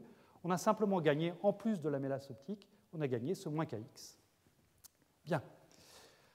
Alors, comment est-ce que ça marche, ça? Quelles sont les tailles qu'on peut obtenir quand on fait ce piège magnéto-optique?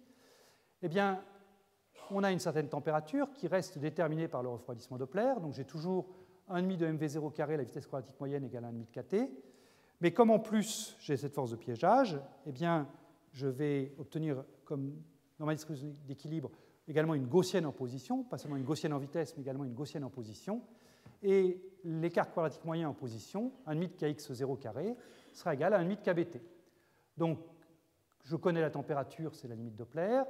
Je peux calculer la raideur K, je vous fais grâce des calculs, mais c'est un calcul que j'obtiens en linéarisant la force de pression de radiation exactement comme je l'ai fait pour le refroidissement Doppler. Donc je calcule l'écart quadratique moyen pour la position x0, ça fait intervenir h bar gamma qu'on a déjà rencontré, le paramètre de saturation S0 qu'on a déjà rencontré, et ça fait intervenir donc les paramètres caractéristiques de l'effet Zeeman, le moment magnétique mu fois le gradient de champ magnétique B'. Et si je prends un gradient typique qu'on a dans les expériences, disons il a dizaines de Gauss par centimètre, si vous préférez parler en UTSI, 0,1 Tesla par mètre, vous mettez S0 égale 1 dixième, comme je l'ai fait jusqu'à maintenant, eh bien vous trouvez une taille à l'équilibre qui vaut 40 microns. Ça veut dire que là où vous aviez tout à l'heure une mélasse optique qui s'étendait sur le centimètre, eh bien vous attendez que la force de pression de radiation assistée par effet Zeeman, maintenant, va venir concentrer tous vos atomes sur une tête d'épingle, sur ces 40 microns, au centre, là où le champ magnétique s'annule, au centre du gradient de champ magnétique. Donc, en plus de la force de refroidissement, on gagne ce piégeage qui doit confiner nos atomes sur une toute petite taille. Alors, en pratique, c'est très difficile de mesurer cette taille-là. C'est très difficile parce qu'il y a deux effets antagonistes qui viennent la modifier. Premier effet, qui est un effet bénéfique, c'est là encore l'effet Sisyphe. Je vous ai dit tout à l'heure que les mécanismes Sisyphe créent un refroidissement supplémentaire quand l'état fondamental était dégénéré. Eh bien, ils créent également un piégeage supplémentaire. Ça vient renforcer encore le piégeage, donc ça vient abaisser x0. Donc si avec ça, la vie serait belle, on aurait des pièges extrêmement confinants, on aurait nos atomes qui se concentreraient sur vraiment un tout petit volume d'espace, et on pourrait faire plein d'expériences très intéressantes à très haute densité. Malheureusement, il n'y a pas que ça. Il y a également des processus collectifs liés à la diffusion multiple de photons, je vais vous dire un mot dans un instant, qui au contraire, eux, viennent augmenter x0, diminuer la raideur du piège et faire que le piège magnéto-optique n'a pas la taille d'une tête d'épingle en général, mais est nettement plus gros dans les expériences qu'on fait au laboratoire. Alors, quels sont-ils, ces phénomènes collectifs? Eh bien, je vous en dis un mot. Là, c'est quelque chose qui va revenir fréquemment dans la suite de ce cours, parce que ce phénomène collectif, finalement, c'est ça qui détermine le comportement de nos assemblées d'atomes et qui nous dit si on peut, oui ou non, s'approcher du seuil de dégénérescence quantique. Donc là, c'est notre première rencontre avec ces effets collectifs, mais comme je dis, ils vont revenir souvent dans la suite du cours. L'effet collectif qui joue un rôle dans le piège magnéto-optique, c'est le suivant. vous avez un atome 1 ici qui est éclairé par les faisceaux du piège magnéto-optique, les 6 faisceaux. Donc cet atome absorbe des photons de ces faisceaux lumineux et puis il réémet des photons dans des directions aléatoires de l'espace. J'ai un atome 2 ici qui va donc lui aussi absorber des photons des faisceaux laser, mais qui va également pouvoir absorber les photons émis par l'atome 1. Donc supposons que l'atome 2 est ici, l'atome 1 émet un photon dans sa direction, l'atome 2 va l'absorber, et en absorbant le photon, il va gagner un recul h bar k.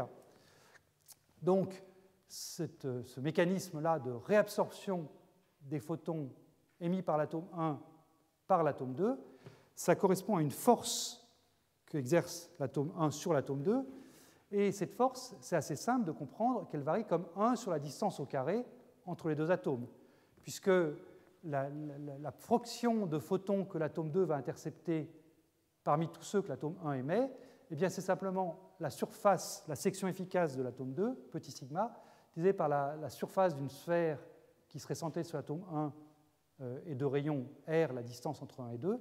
Donc ce rapport des surfaces, c'est sigma sur 4πr2, la surface de la sphère. Donc la force elle-même varie comme 1 sur R2, la distance entre mes deux atomes. Donc on se retrouve dans un piège magnéto-optique avec une situation en fait qui est très voisine de celle de la physique des plasmas chargés. C'est-à-dire que nos atomes interagissent les uns avec les autres avec une force en 1 sur R2, l'équivalent d'une force de Coulomb. La charge associée à cette force de Coulomb, ce n'est pas une constante fondamentale de la nature, c'est quelque chose qui est proportionnel au taux de photons émis par l'atome 1 et par l'atome 2. Mais néanmoins, pour une intensité donnée, eh bien, on a une force de Coulomb et on a donc une dynamique qui est une dynamique très complexe liée à cette répulsion d'un atome sur l'autre. Et ça vient augmenter considérablement la taille et l'équipe du piège magnéto-optique. Ça veut dire qu'on voit en pratique des pièges qui font des tailles plutôt millimétriques que micrométriques, comme on l'aurait trouvé si on avait fait de la physique à un atome. Et c'est également quelque chose qui conduit à une dynamique non linéaire très riche. Alors je ne vais pas l'explorer ici, cette dynamique non linéaire, mais je la mentionne simplement. Il y a plusieurs groupes français qui ont fait des très belles études là-dessus, à Lille, à Nice et à Orsay, au laboratoire de Mécoton. Ça donne naissance à des phénomènes de bistabilité, ça donne naissance à des instabilités paramétriques, de la dynamique chaotique, de l'explosion coulombienne. Disons qu'en tant que tel, le piège magnéto-optique est un très bon système si on s'intéresse à la dynamique non linéaire. Via cette force-là, on peut donner naissance à des phénomènes multiples. Ici, j'ai mis une des toutes premières photos de pièges magnéto-optiques réalisées à Boulder en 1990, et cette dynamique non linéaire est apparue dès le début. Vous voyez ici une dynamique très spéciale où le piège magnéto-optique s'est fragmenté en deux morceaux, un petit noyau central assez dense, et puis autour, la plupart des atomes sont dans un grand anneau qui tourne autour de ce petit anneau. Voilà, c'est une des figures d'équilibre possibles qui résulte de cette dynamique non linéaire liée à la force de Coulomb effective entre deux atomes. Les atomes sont neutres, mais ils interagissent avec une force analogue de la force de Coulomb.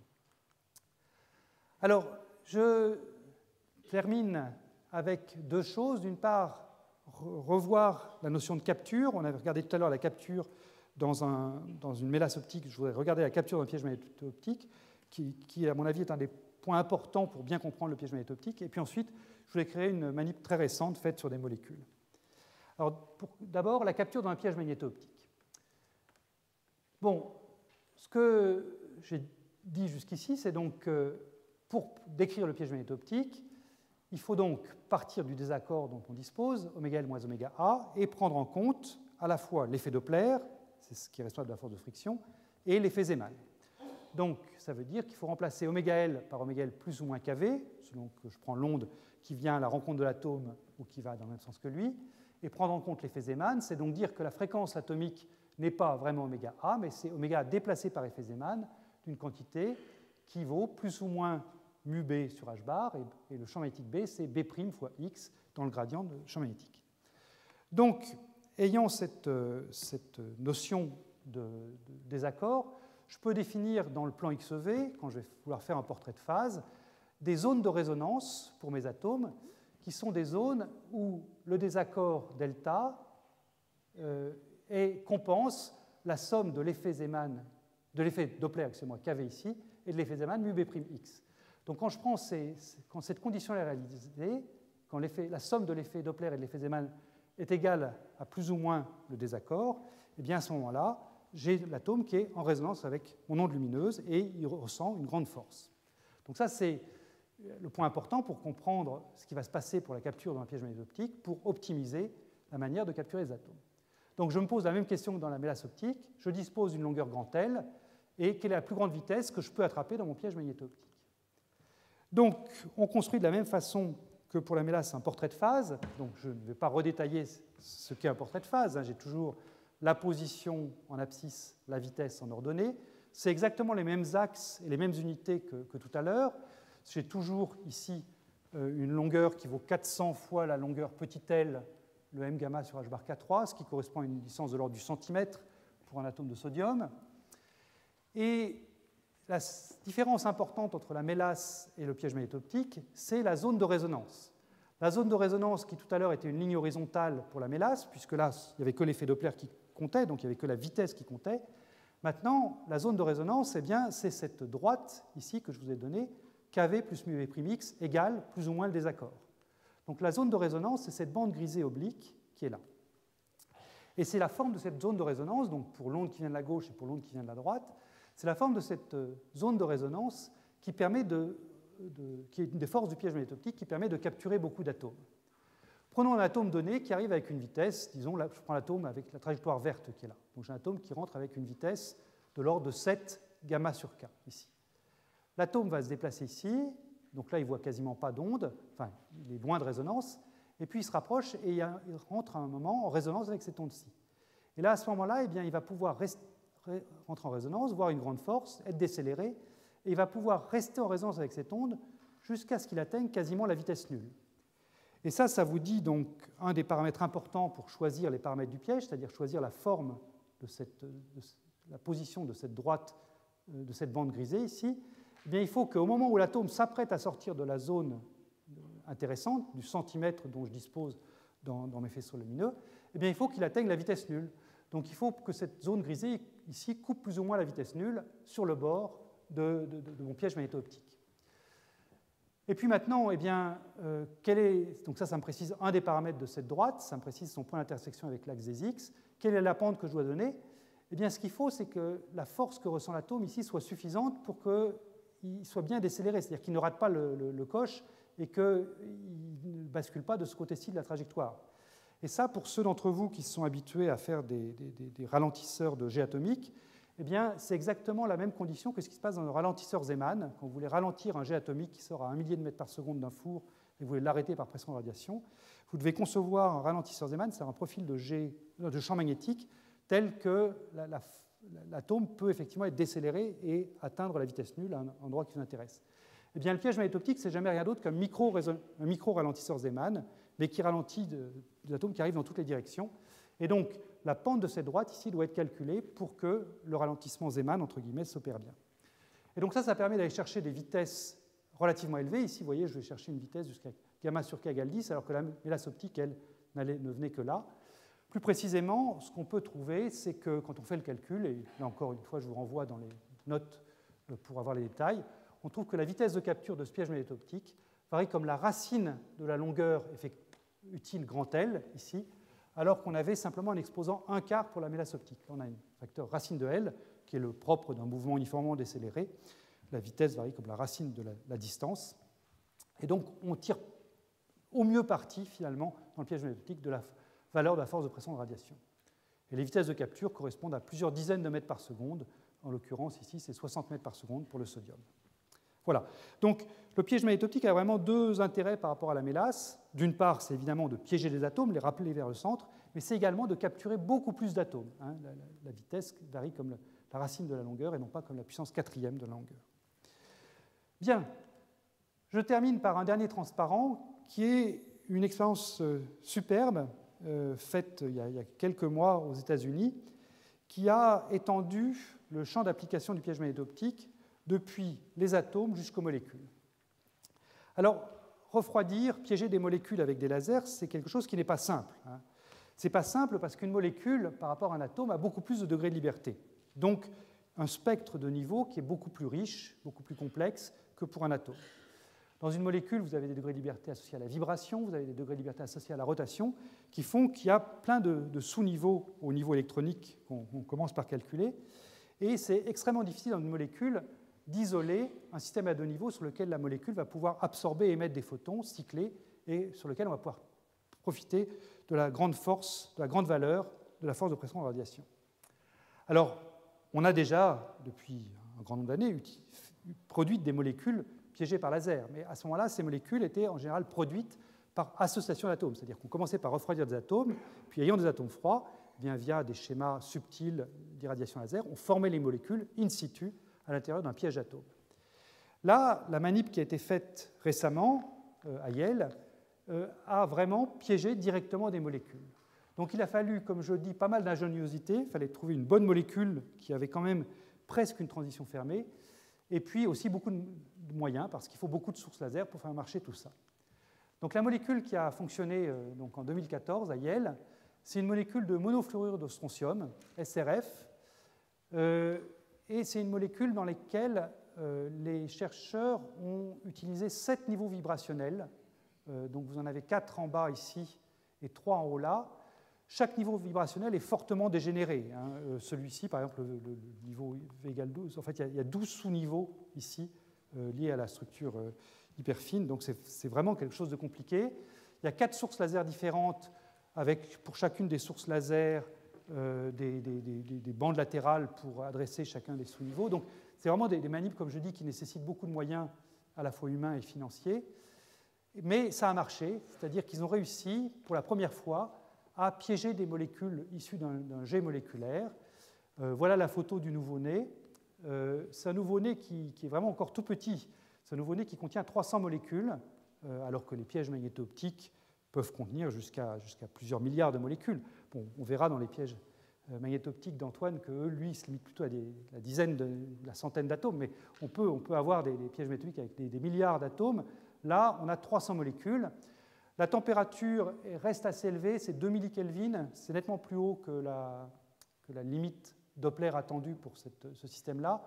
La raison invoquée par les chercheurs de Yale, c'est qu'il y a vraisemblablement des états noirs, c'est-à-dire des états dans lesquels les molécules vont se piéger, qui ne sont pas couplées à la lumière, et du coup les molécules sont plus chaudes que ce qu'elles seraient si elles subissaient en permanence la force de friction Doppler qu'on a vue ensemble. Donc c'est vraiment une manip, pas préliminaire, mais une manip pionnière, c'est une première manip qui va sûrement conduire à pas mal de développement. Ça a plein d'intérêts de piéger des molécules par rapport à des atomes. D'abord, ça ouvre la voie à un nouveau type de chimie, une chimie au milli ou au microkelvin. Sur le plan fondamental aussi, ces molécules, en général, ont un moment dipolaire électrique permanent, ce qui conduit à des interactions à longue portée, des interactions dipôle-dipôle électrique qui sont considérables entre ces molécules. Et ça peut conduire à des phases de la matière tout à fait originales. Voilà, je m'arrête ici. Merci pour votre attention. Et donc, d'ici un quart d'heure, le séminaire d'Antoine Brouès. Merci.